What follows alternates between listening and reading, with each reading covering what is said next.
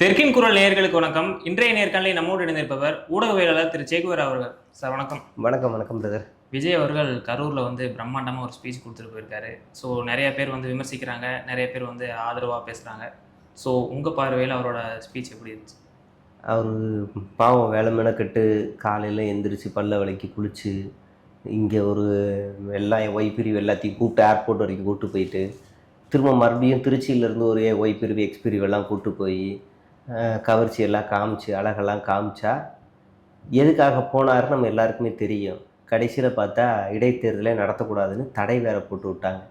ஒன்று அவருக்கு நேரம் சரியில்லையா, இல்லை கூட போனவங்க யாராவது தரித்திரம் பிடிச்ச மாதிரி யாராவது புதுசாக கட்சியில் சேர்ந்துருக்காங்களான்னு தெரில. சேர்ந்துருப்பாங்க, அதனால் தரித்திரம் பிடிச்ச மாதிரி உள்ளே போயிருப்பாங்க. அதனாலேயே அவருக்கு இப்போ அவர் உடனே சனி பகவானை போய் பார்க்க வேண்டியிருக்கும். என்ன இப்படி ஆகிப்போச்சு என்ன அப்படின்னு போய் பார்க்க வேண்டியிருக்கும். அவர் கரூரில் பேசினதை ஒரு டிக்ஷனரியாக போடுவோம். நானே அந்த டிக்ஷனரி செலவு ஃப்ரீயாக தந்துடுறேன். பொய் அப்படின்னு ஒரு வார்த்தை இருக்குன்னா பக்கத்தில் அது பேர் விஜய்னு இருக்கும். பித்தலாட்டம் தாவேக்கா, மோசடி ஆதவர்ஜுனா. எதை வச்சு எப்படி சொல்லி நேற்று பேசுனதுல இருந்தே தான். அதில் என்ன விஷயம் உங்களுக்கு போய் இப்போ அவர் பேசுனது ஆட்சியதிகாரம் வந்துருச்சு. இனி எவனும் என்னை கேட்க மாட்டான், நான் தான் இனி போலீஸே என் கீழே தான், அதனால் போலீஸே அடித்து நொறுக்கிடலாம் அப்படின்னு போலீஸ் மேலேயே பழி போட்டார். இப்போ அவர் பேசுனதுலேருந்து கீழே இருக்க ஜென்சி எப்படி புரிஞ்சுக்கும் அப்படின்னா, என்னமோ கரூர் சம்பவம் நடக்கிறதுக்கு ஒரு நாள் முன்னாடி செந்தில் பாலாஜியும் ஸ்டாலினும் கான்ஃபரன்ஸில் எஸ்பி டிஎஸ்பி கமிஷனர்லாம் லைனில் இருக்கீங்களா, நாளைக்கு விஜய் கட்சி கூட்டம் போடுறாப்புல ஒரு 41 பேரை கொண்டுருங்க, 41 பேரை கொண்டு விட்டீங்கன்னா கரெக்டாக இருக்கும். இப்போ பச்சை பிள்ளைங்க குழந்தைங்களாம் கொண்டுருங்கப்பா, இவருக்கு இல்லாமல் கொண்டுருங்க சரியா. உடனே அதே மாதிரி போலீஸும் சரிங்க சார் நீங்கள் சொல்லிட்டா நாங்கள் கொண்டுறோம், ஆஸ்பத்திரியில் போய் நடிச்சிருங்கப்பா, அதெல்லாம் செஞ்சுருங்க அப்படின்னு அரசியல்வாதியே சொன்ன மாதிரியும் எல்லாரும் சொன்ன மாதிரியும் அதை கேட்டுக்கிட்டு போலீஸும் நடந்த மாதிரியே ஒரு பேசியிருக்காரு. நம்ம எவ்வளோ லா பாயிண்ட் எல்லாம் எடுத்து பேசுகிறோம். எங்களை அவர் ஸ்டார்டிங்லேயே நாமக்கல்ல எங்களை எச்சரித்தாங்க, கரூர்லேயும் எச்சரிச்சிருக்கலாமே அப்படின்னு சொன்னார். நாமக்கல் மேட்ருக்கு வரேன். ஃபஸ்ட்டு நாமக்கல்லில் நீங்கள் ஏன் லேட்டாக போனீங்க? பெரம்பலூருக்கு பெரம்பலூரில் போகாமல் நீங்கள் ஏமாற்றிட்டீங்க. அந்த மக்கள் நைட்டு 12 மணி வரைக்கும் இந்தா வரார் அந்தா வரார் இங்கே வரார் அங்கே வராருன்னு ஏமாற்றி விட்டீங்க. ஏன் லேட்டாக போனீங்க?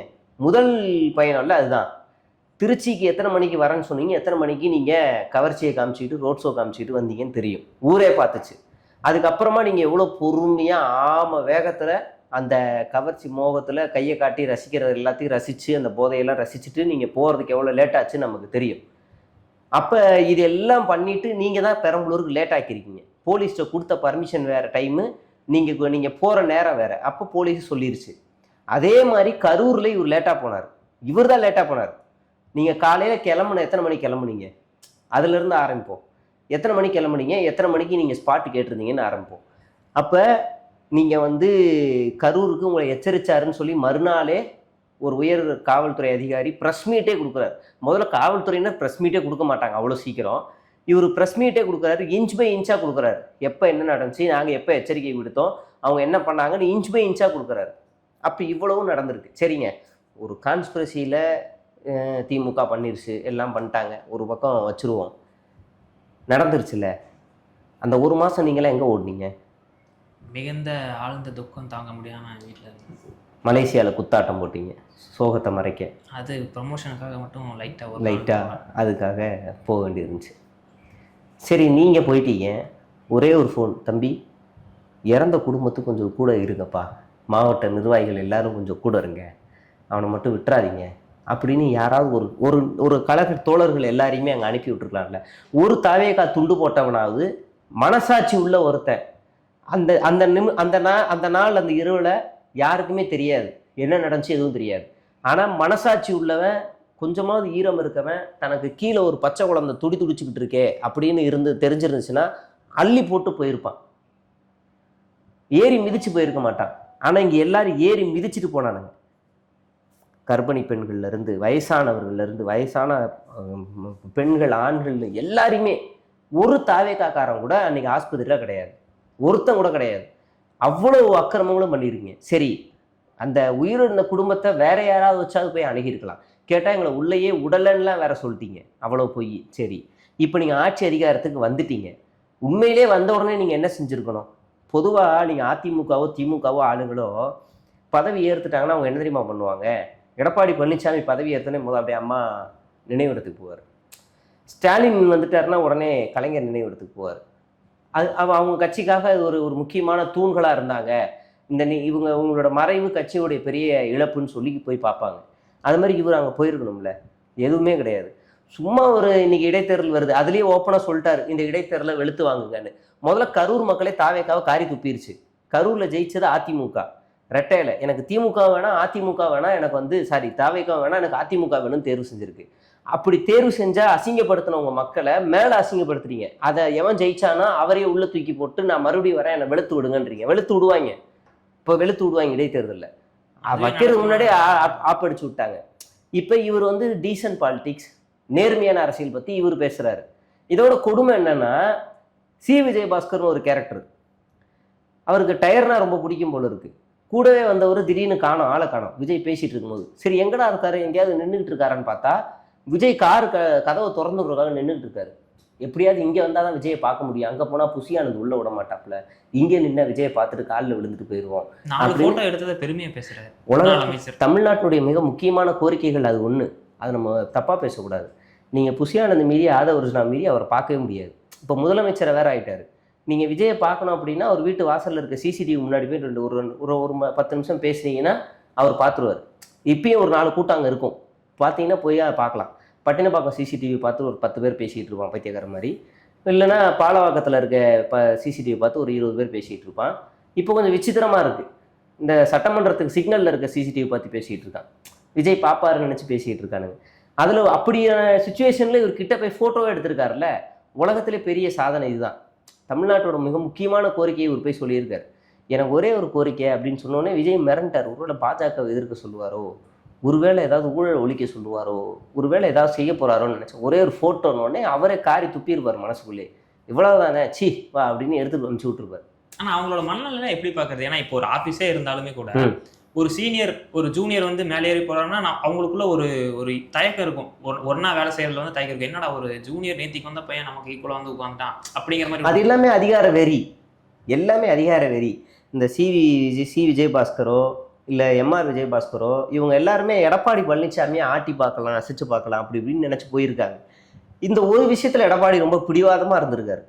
இந்த ஒரு விஷயத்தில் நீங்கள் 27 எம்எல்ஏ போறியா, எல்லாரையும் கட்சி விட்டு தூக்குறேன்னு ஸ்வைப் அடிச்சிருக்காரு. அவங்க அதையும் எதிர்பார்க்கல. என்னடா அது எல்லாம் சைலண்டாக இருப்பாங்க பார்த்தா ஒரு கட்சியை விட்டு நீக்கிட்டாருன்னொடனே நம்ம சிவி சண்முகம் ஒதுங்கிட்டார், நான் கட்சியை விட்டு போகிறேன்னு. இப்போ விஜயபாஸ்கரும் இவரும் கட்சியை விட்டு அப்படியே தாவிட்டாங்க. இப்போ எஸ்பி வேலுமணி முரண்டு பிடிச்சிக்கிட்டு இருக்காரு.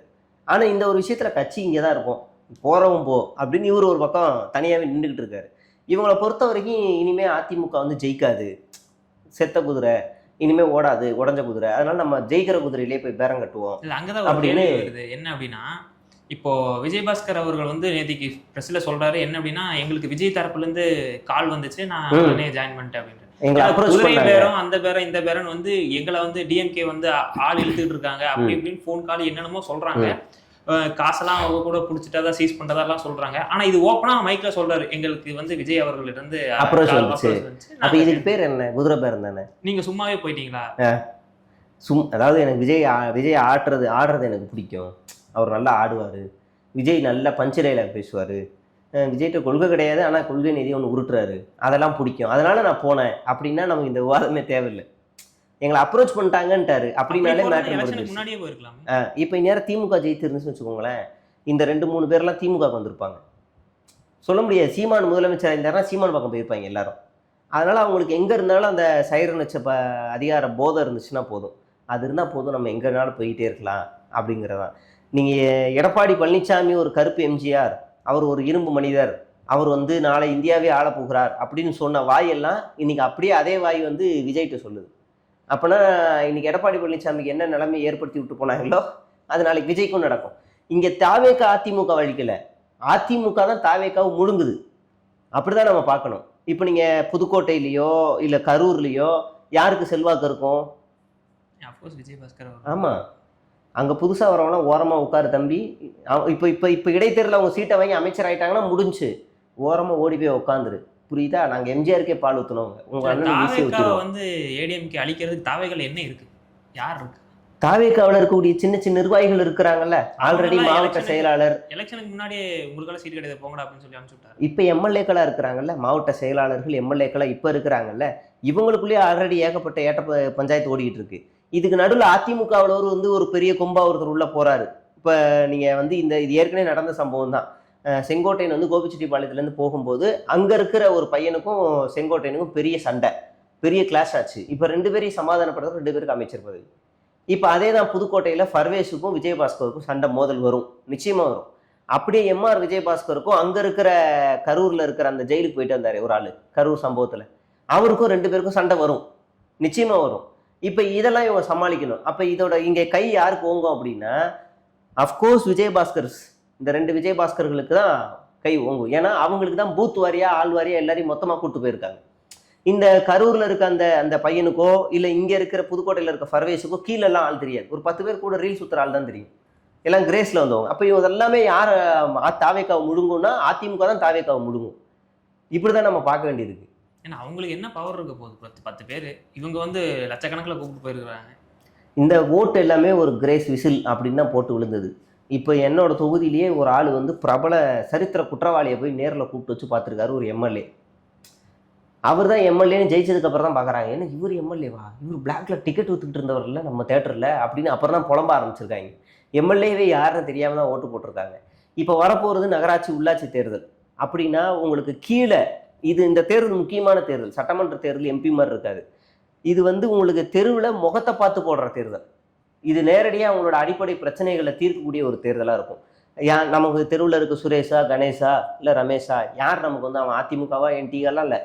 நீங்கள் அதனால தான் என்டிகே இதிலலாம் ஆளுங்க இருப்பாங்க, ஏன்னா அவங்களாம் கீழே சோஷியல் ஒர்க் பண்ணவங்களாம் இருப்பாங்க.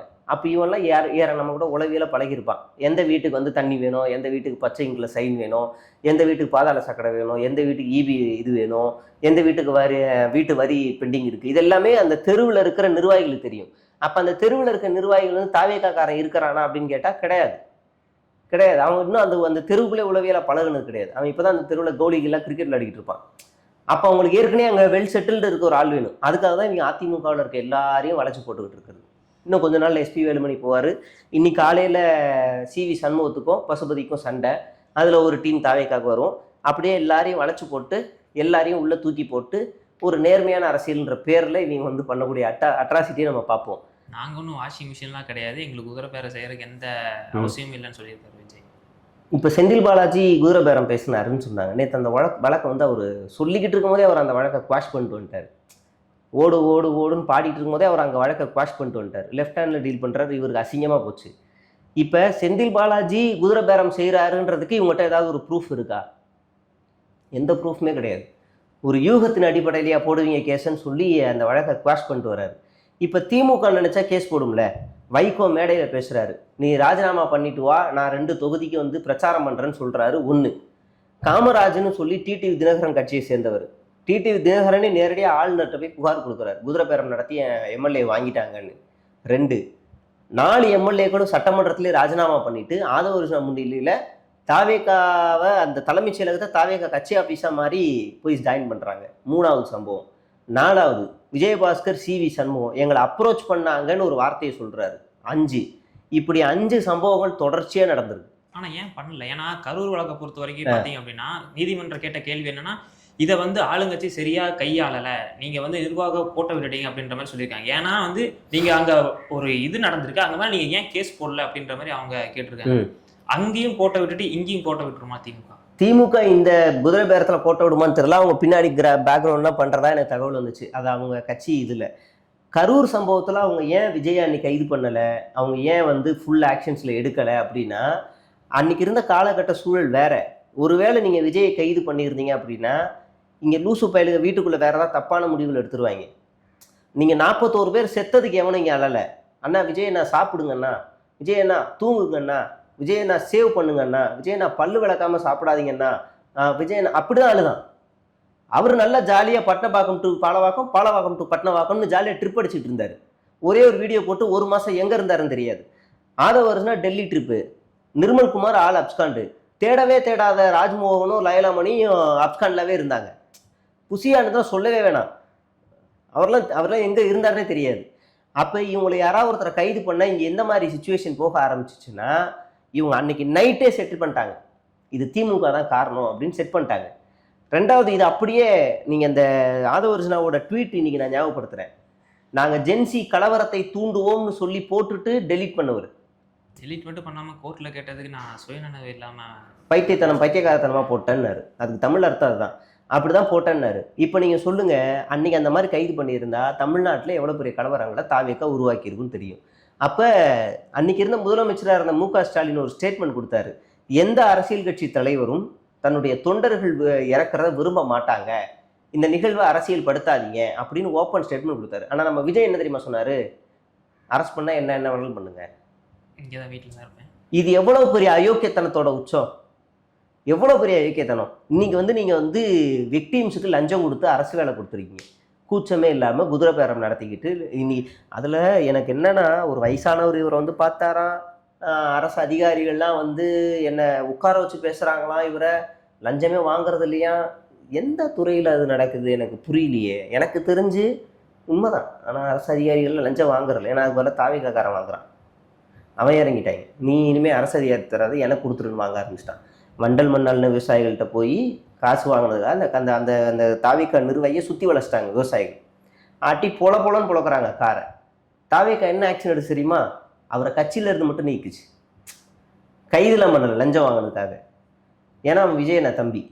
அப்புறம் இங்கே செங்கல் சூளையில் போய் 1 லட்சம் வாங்கினான் பாருங்க, கேட்டான் பாருங்க, அவனையும் கட்சியில இருந்தா எடுத்துச்சு, கைதெல்லாம் பண்ணல. அவ்வளோதான் நம்மளோட இவங்களோட இதெல்லாம். போதை பொருள் மேலே அக்யூசேஷன் வச்சு அவரை பற்றி அடுத்த நாளே கூப்பிட்டு பக்கத்தில் உட்கார வச்சு வீடியோலாம் போடுறாங்க. நீங்கள் இதெல்லாம் போய் அது இன்னும் டவுட் என்னென்னா, தாவேக்கார காரில் குட்கா வச்சு கடத்திட்டு போய் ஒரு கரண்ட் கம்பத்தில் மோதுறான்.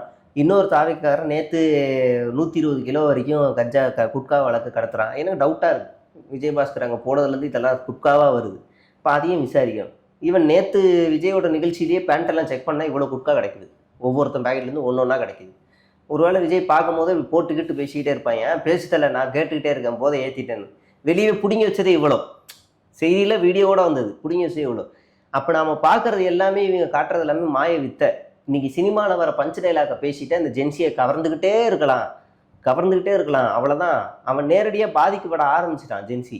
இவங்க சொன்ன பொய் எல்லாத்தையும் நம்ப ஆரம்பித்து இன்றைக்கி நடக்கிற சட்ட ஒழுங்கு பிரச்சனையிலேருந்து எல்லாத்தையும் பார்க்க ஆரம்பித்து சர்ச் பண்ண ஆரம்பிச்சிட்டான். நேற்று சும்மா ஒரு ஜென்சியில் பார்க்குறேன். அவன் விசினா என்ன, விசியோட நிர்ணயத்தை ஆளுநர் கைக்கு போச்சுன்னா எப்படி இருக்கும், முதலமைச்சர் கைக்கு போச்சுன்னா எப்படி இருக்கும், இதில் என்ன தமிழ்நாடு கவர்மெண்ட் சாட்ஜிபீட்டில் பார்த்துட்டு இருக்கான். எனக்கு அதுவே பெரிய நல்ல விஷயமா தோணுது. பரவாயில்லையே இவன் தேடுறானே அப்படின்னு. அவன் பஸ்ஸில் அவன் பார்த்துக்கிட்டே இருக்கான், நான் அப்படியே பக்கத்தில் உட்காந்து நின்று பார்த்துக்கிட்டே இருக்கேன். பரவாயில்ல இவன் பண்ணுறானே, இவ்வளோ பேசுகிறானே அப்படின்னு. அப்போ அந்த ஆப்பை இவங்களே தீட்டி இவங்களுக்கு நேராகவே சுரிக்க ரெடி ஆகிட்டாங்கன்னு அர்த்தம் இதுக்கு. அப்படியே நம்ம அடுத்தடுத்த விவகாரத்துக்கு வருவோம். லஞ்சம் ஒழிஞ்சிருச்சு, ஓட்டுக்கே காசு வாங்காத ஒரு ஸ்ட்ரக்சரை உருவாக்கணும்னு போய் இதே கட்சி நிர்வாகி ஒரு 20 நாள் முன்னாடி மேடையில் ஓப்பன் ஸ்பீச் கொடுத்தாந்தாள். இவ்வளோ காசு கொடுத்து தோத்துட்டோம், ஒரு ஓட்டுக்கு 2500 ரூபா கொடுத்தோம் தோத்துட்டோம்னு சொல்லி ஓப்பனாக பேசுகிறான். அப்போ இதெல்லாம் என்ன ஒரு அயோக்கியத்தனம் பாருங்கள். வீடியோ ப்ரூஃபே வந்தாலும் இவருக்கு காட்டுறதில்ல. அப்படின்னா இவர் சோசியல் மீடியாவே இல்லாத ஒரு முதலமைச்சர், இவர் எதுவுமே பார்க்காத ஒரு முதலமைச்சராக வச்சுருக்காங்க போல. அப்போ ஐயா கொஞ்சமாவது ஏதாவது ஒரு ஃபேக் வீடியோ உருவாக்கி ஏதோ 1-2 பாருங்கள். நீங்கள் ஃபேக் ஐடியில் உங்கள் அல்கரிதம் வச்சா கூட எப்படி இந்த சட்ட ஒழுங்கு பிரச்சனைகள் உங்களுக்கே வரும். உங்கள் ஆளுங்களே ஃபாலோ பண்ணால் கூட சட்ட ஒழுங்கு பிரச்சனைகள் உங்களுக்கு வரும். எதுவுமே தெரியாத மாதிரி உளறிட்டு போகிறார் ஆள். இது எதுவுமே தெரியாமல் உளற பார்க்குறீங்களா, இல்லை தெரிஞ்சும் தெரியாத மாதிரி இருக்குதான்னு? எனக்கு தெரிஞ்சு முன்னாடி விஜய் எல்லாத்துக்கும் ரியாக்ஷன் இருந்துச்சு. அந்த சட்டமன்றத்திலேயே ஜோசியரை நியமித்ததுக்கு ரியாக்ஷன் இருந்துச்சு, உடனே மாற்றினாங்க. அவருக்கு தெரிய எல்லாமே மாற்றுறாங்க. ஆனால் இப்போ சட்டமன்றம் நடக்கலை. இப்போ இங்கே நடக்கிற பிரச்சனைகளுக்கெல்லாம் தொடர்ச்சியாக கேள்வி கேட்க அங்கே தனி செயலாளர் யார் நமக்கு தெரியும். அப்புறம் இன்னொருத்தர் அரசு பொறுப்பில் இருக்கவங்களாம் யார் நமக்கு தெரியும். இப்போ தலைமைச் செயலாளராக ஜான ஆரோக்கியசாமி தான் பிளான் பண்ணுறாங்க. அப்போ எல்லாருமே அங்கே உள்ளே வந்துட்டாங்கன்னா விஜய் ஒரு அப்படியே கண்ணை கட்டிட்டு ஒரு கடிவாளம் கட்டின குதிரை மாதிரி கூப்பிட்டு போயிடுவாங்க. நீ இதை மட்டும் பார்ப்பா, இதை மட்டும் கையெழுத்து போடு, வா போகலாம், வீட்டுக்கு போகலாம், பேக் பண்ணி அப்படியே தூக்கிட்டு போய் வீட்டில் வச்சுருவாங்க, மறுபடியும் தூக்கிட்டு வந்து சட்டமன்றத்தில் வச்சுருவாங்க. இப்படி தான் நடக்கும். எனக்கு தெரிஞ்சு இப்போ ஆல்மோஸ்ட் அதுதான் நடக்குது. இல்லை ஏன் கேட்குறேன் அப்படின்னா, சட்டமன்றத்தில் போன டைம் பேசும்போது என்ன பண்ணியிருந்தார் அப்படின்னா, முன்னாள் முதல்வர் எம்.கே. ஸ்டாலின் அவர்களை வந்து தரக்குறைவா பேசினதா வந்து நிறைய பக்கம் வந்து விமர்சனம் எழுந்துச்சு. சரி, அடுத்தது வந்து அவர் திருத்திப்பாரு, இதை அவர் பார்த்துருப்பாருன்னு பார்த்தா, ஆனால் அது பண்ணல. நான் 5 நிமிஷம் பேசினதுக்கே குளத்தூர்ல கொத்து பரோட்டா போட்டாங்க, அப்புறம் இந்த மாதிரி டேஸ் இந்த மாதிரி எல்லாம் பண்றாரு. ஸோ இதெல்லாம் வந்து தெரியாம பண்ணியிருக்கிறதுக்கான வாய்ப்பு இருக்கா? ஏன்னா சேப்பாக்கில் சிப்ஸ் போட்டது ஏன் சொல்லலை? துறைமுகத்தில் உங்களை தூக்கி எரிஞ்சது ஏன் சொல்லலை? அங்கெல்லாம் உங்களுக்கு கிட்டத்தட்ட 127 தொகுதியில் உங்களை கொத்து புரோட்டாவா என்ன கருமெல்லாம் போட்டு தூக்கி எரிஞ்சிருக்காங்களே, அங்கெல்லாம் ஏன் சொல்லு? சரி, நீங்கள் நின்று பேசிகிட்டு இருக்க கரூர்லேயே உங்களை காரி துப்பியிருக்காங்கல்ல, அதை ஏன் சார் நீங்கள் சொல்லலை? பஞ்சு டைலாக்காக நம்ம நிறைய பேச முடியும். நீங்கள் அங்கே ஸ்டாலினை வந்து அப்படி சொல்லிட்டு அது ஒரு பெரிய பேக் ஃபயர் ஆயிடுச்சு.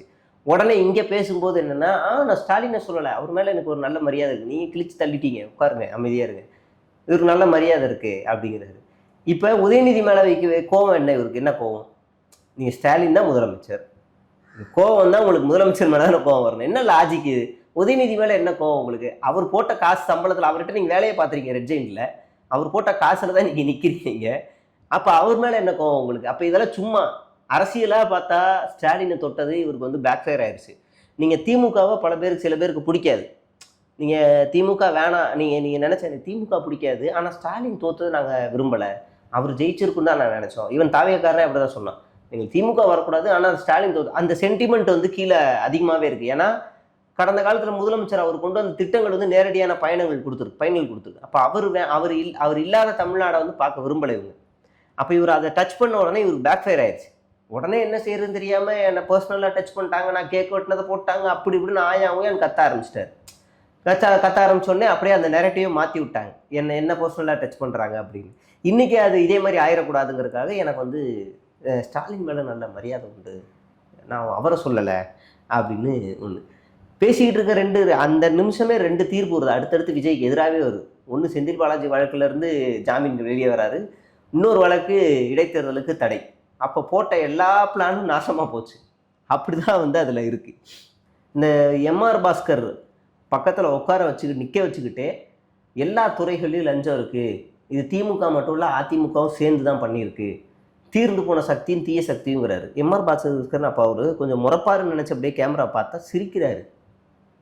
அவர் உங்களை தாங்க திட்டுறாரு, நீங்களும் அமைச்சராக இருந்திருக்கீங்கல்ல, ஒரு துறையில் இருந்திருக்கீங்கல்ல, அந்த துறையிலையும் ஊழல் நடந்திருக்குன்னு சொல்கிறாரு. அப்படின்னா யாராவது சொல்லுவாங்களான்னு தெரியல, கொஞ்சம் கூட கூச்சமே இல்லாமல் சிரிக்கிறாரு, தீர்ந்து போன சக்தி அப்படின்னு சொன்னால்.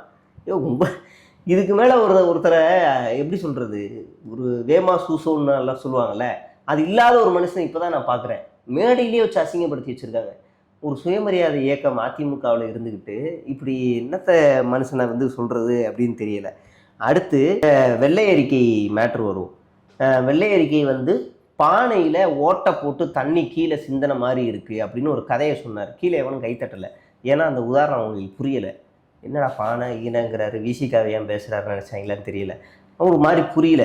அதுக்கப்புறமா ஒரு உதாரணம்லாம் அப்படியே சொல்கிறார். எனக்கு தெரிஞ்சு திமுகவுடைய வெள்ளை அறிக்கையை பாராட்டினது விஜய் தான். எங்கே? டெல்லிக்கு போகிறாரு. டெல்லிக்கு போய் அங்கே நடந்த மீட்டிங்கில் உட்காந்துக்கிட்டு இங்கே தமிழ்நாட்டினுடைய பொருளாதாரம் மிக சிறப்பாக இருக்கிறது, சூப்பராக இருக்குது, மற்ற மாநிலங்களை விட தமிழ்நாடு தான் முன்னிலையில் இருக்கிறதுன்னு பெருமை பேசிட்டு இங்கே வந்து இப்படி இருக்குது, கஜானா காலி, மோசமாக இருக்குது நிதி நிலைமை அப்படிங்கிறாரு. இப்படி ஒரு பைத்தியக்கார யாரையா பார்த்துருப்பீங்களா? எனக்கு புரியவே இல்லை. என்னங்க நீங்கள் அங்கே ஒன்று இங்கே ஒன்று பேசுகிறீங்கன்னு ஒன்றும் புரியலை. அடுத்து அந்த வெள்ளை அறிக்கையில் மரியவில்சன் வெளியிடும் போதே அவர் என்ன சொல்கிறாருன்னா, இது முழுக்க முழுக்க நல்லா இருக்குது, கடந்த கால ஆட்சியில் சிறப்பாகவே செஞ்சுருக்காங்க அப்படி தான் அவரே சொல்கிறார். இப்படி ஒவ்வொரு பாயிண்ட்டாக நம்ம எடுத்து நான் பேசிகிட்டு இருக்கேன். நேற்று வச்சு பேசினேன், பாட்டுக்கு பாட்டு கச்சேரி பண்ணலாமா அப்படின்னு கேட்குறாரு. இப்போ அதிமுகவே ஒரு காரி துப்பி இருக்கு, பனையூரில் பதுங்கி இருக்கிற பண்ணையாரேன்னு காரி துப்பி இருக்கு. பாட்டுக்கு பாட்டு பேசுறதுதான் இந்த இங்கே இருக்க அரசியலில் அதிமுக திமுகவுக்கு ஒரு நாகரிகம் இருக்குது. அவங்க 2 பேரும் எதிர்த்துக்கிட்டாலும் ஒரு எல்லையை மீறி போகாமல் ஒரு நாகரிகத்தை மெயின்டைன் பண்ணிக்கிட்டே இருப்பாங்க. தவேகா விஜயெல்லாம் அது இல்லைன்னு நேற்று வீடியோவிலேருந்து அது தெரிஞ்சு போச்சு. நேற்று வீடியோவில் இருந்தால் அவர் பேசுனதுலேருந்து வெறும் பஞ்ச் டைலாக் மட்டும்தான். எல்லாரும் என்ன இது இப்படி பேசுகிறாரு, எந்த நிகழ்வுக்கு போயிட்டு என்ன இவர் பேசிகிட்டு இருக்காரு.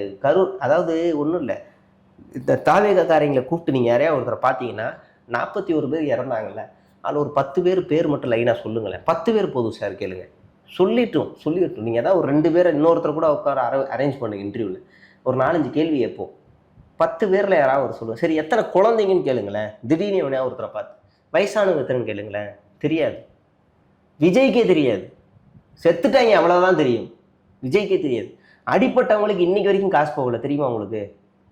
நான் அன்னையிலேருந்து சொல்லிக்கிட்டு இருக்கேன். 6-7 மாசமா சொல்லிக்கிட்டு இருக்கேன். அடிப்பட்டவங்களுக்கு ஒரு பைசா போகாமல் கொடுக்காம ஏமாத்திருச்சு தாவேகான்னு சொல்லிக்கிட்டு இருக்கேன். இவரை பார்க்க வண்டியில வந்து பின்னாடி விழுந்து இறந்தவங்களுக்கும் ஹாஸ்பிட்டல் கூட போகலாம் அவங்க. அது மட்டும் இல்லை, விற்கிற வண்டியில் 3 பேர் சாகுறாங்க. சென்னையிலேருந்து போன 20 வயசு பையன் பைக்கில் ஆக்சிடெண்ட்டில் சாகுறான். சீனிவாசன் ஒருத்தர், இன்னொருத்தர் திருச்சியில் தாவேகாவினுடைய மாவட்ட செயலாளர் ஆக வேண்டியது அவர் தான். இன்னைக்கு இருந்தாருன்னா அவர் அமைச்சர் வரைக்கும் கூட இருப்பார். அவர் ஒரு பெரிய படைபலத்தையே திரட்டி விக்கிரவாண்டி மாநாடுக்கு வராரு. வர வழியில் புசியானந்துக்கு ஃபோன் மேலே ஃபோன் போட்டு ஒரு வேகமாக வண்டி இழுத்து கீழே விழுந்து மொத்தமாக ஆக்சிடென்ட், அந்த வண்டி ஆக்சிடென்ட்டு சீனிவாசன் இறந்துடுறாரு. அவர் வந்து ஒரு தாழ்த்தப்பட்ட சமூகத்தை சேர்ந்தவர். அவர் தான் விஜய்க்காக ஆரம்ப காலகட்டத்தில் 30 வருஷத்துக்கு முன்னாடி இருந்து விஜய்க்காகவே உழைச்சி ஓடா தேஞ்ச தன்னோட வாழ்க்கையவே இழந்தவர். அவரோட சாவுக்கு விஜய் போகலை, கட்சியிலேருந்து எவனும் போகலை, அந்த குடும்பத்துக்கு என்ன தேவையோ எதுவுமே செய்யலை. அப்படியே பிளாங்க். இன்றைக்கி அந்த குடும்பம் நடுத்தரில் இருக்குது. திருச்சிக்கு தான் முதலாக விஜய் வந்து சுற்றுப்பயணத்தில் ஆரம்பிக்கிறார். திருச்சியில் தான் ஆரம்பிக்கிறார். சீனிவாசன் பற்றி ஒரு வார்த்தை கூட பேசலை. இவங்களுக்கு வந்து இங்கே வந்து மனசு வலிக்குதான். என்ன வலிக்குது? மனசு வலிக்குதான். விஜய்னு ஒரு ஆளை திருச்சியில் அறிமுகப்படுத்தினதே இவர் தான், சீனிவாசன் தான். அப்படியே நீங்கள் இந்த சேலம் மாநாடுக்கு வாங்க, மகாராஷ்டிராவை சேர்ந்தவன், ஆனால் அவன் 37 வருஷமாக தமிழ்நாட்டில் வச்சுக்கிட்டு இருக்காரு. அப்படின்னா ஆரம்ப காலகட்டத்திலேருந்து விஜய்க்காகவே ஓடி உழைச்சி நிர்வாகியாக இருக்கார். ஹீட் ஸ்ட்ரோக்கில் இறந்து போகிறாரு. அந்த வீட்டு சாவுக்கோ அந்த பையனுக்கு ஏதோ ஒரு நிதி உதவியோ எதுவுமே கொடுக்கல. அந்த குடும்பம் நடுத்தருவில் நிற்கிது. அப்படியே நீங்கள் மதுரை மாநாட்டுக்கு வாங்க, மதுரை மாநாட்டிலையும் இறப்புகள், அங்கேயும் இறப்புகள், அங்கேயும் எந்த உதவியும் நிதி உதவி எதுவுமே கொடுக்கல. அப்படியே பிளாங்க். விஜய் கண்ணு முன்னாடி ஒரு 100 மீட்டரில் விஜய் எப்படியாவது பாத்திர மாட்டோமான்னு வேகமாக உருக்கிட்டு போய் சாகுறான். அந்த குடும்பத்துக்கு இன்னைக்கு வரைக்கும் ஒரு பைசா போய் சேரலை. ஆனால் இங்கே எதுக்கு வந்து காசு கொடுக்குறாரு? 41 பேருக்கு கொடுக்குறாரு. இதுலேயுமே இன்னொன்று இருக்குது, குளறுபடி இருக்குது. ஒரு அம்மா தன்னுடைய மகளை படிக்க வச்சு ஃபீஸ் கட்டி அவளுக்கு தேவையானது எல்லாம் பார்க்குறது எல்லாமே கூலி வேலைக்கு போய் பார்க்குது. அவன் புருஷன்மார் வந்து விட்டுட்டு போயிட்டாரு. விட்டுட்டு இன்னொரு பொண்ணை கல்யாணம் பண்ணி இன்னொரு குழந்தையோட வாழ்ந்துக்கிட்டு இருக்கான் அந்த ஆள். இந்த அம்மா தான் இந்த பொண்ணை வளர்க்குது. டிவோர்ஸ் எல்லாம் அஃபிஷியலாக வாங்கியாச்சு. இவங்க போய் விஜயை பார்க்குறதுக்காக போயிருக்காங்க. இவங்களும் விஜய் ரசிகர். அந்த ஆள் தாவேகா நிர்வாகி. விஜயை பார்க்க போன இடத்துல குழந்தைய இழந்துடுறாங்க. செத்து போயிருக்கு குழந்தை. இப்போ அரசு வேலை யாரு கொடுக்கணும்? அந்த அம்மாவுக்கு. அந்த ஆள் சாவு கூட வரலைங்க, அந்த குழந்தையோட சாவு கூட வரல. அந்த ஆளுக்கு அரசு வேலை கொடுத்துருக்கு தாவேகா. எவ்வளோ பொறுக்கித்தனம் இது! அந்த அம்மா வெளியிருந்து அழுகுது. என்னங்க அவங்கள குறைச்சிறீங்க, எனக்கு பிள்ளையும் போச்சு, எல்லாம் போச்சு, என் வாழ்க்கை போச்சு, நான் யார் நம்பிங்க இருக்கேன்னு வெளியே உட்காந்து அழுகுது. எவ்வளவு கொடூரம் பாருங்க. இவ்வளவு அக்குமரங்களையும் பண்ணிக்கிட்டு நாங்கள் வந்து ரொம்ப நேர்மையானவங்க, நாங்கள் ரொம்ப உன்னதமானவங்க அப்படின்னு இங்கே வந்து கதை கட்டிக்கிட்டு இருக்காங்க. சீக்கிரமாக தோல் உரிச்சிடணும். இவங்களோட போலி பிம்பத்தை சீக்கிரமாக தோல் உரிக்கணும். பார்க்கல சார், நிறைய விஷயம் நம்மளோட பகிர்ந்துட்டீங்க. நன்றி.